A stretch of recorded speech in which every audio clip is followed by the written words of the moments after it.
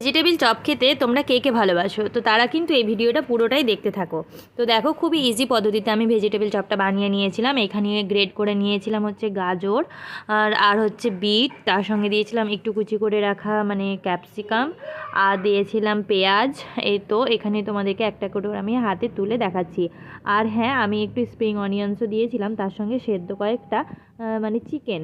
তো চিকেনটা আমার একটু সেদ্ধ করা ছিল বলে দিয়েছিলাম, তোমরা চাইলে পুরোটাই স্কিপ করতে পারো। তারপরে এখানে দেখো আমি একটু সামান্য পরিমাণে ময়দা দিয়েছি, খুবই অল্প পরিমাণে ময়দাটা দেবে।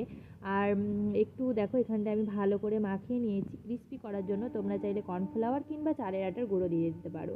এখানে আমি চালের আটার গুঁড়ো দিয়েছিলাম 1 চামচ, খুব বেশি কিন্তু আমরা বেসনও দিব না আর আটার গুঁড়োটাও খুব বেশি দিব না। তো এখানে সমস্ত কিছু কিন্তু ভালো করে মাখিয়ে নিচ্ছি।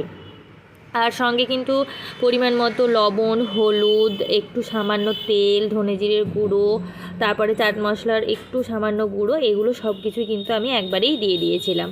তো দেখো সব কিছু দেওয়ার পরে কিন্তু এখানটায় আমি এরকমভাবে শেপ করে নেব।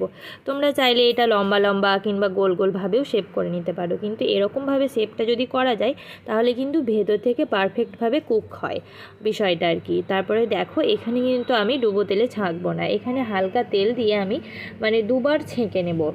জাস্ট মানে তলায় একটু তেল না দিলে লেগে যাবে, এই জন্যই তেলটা দেওয়া।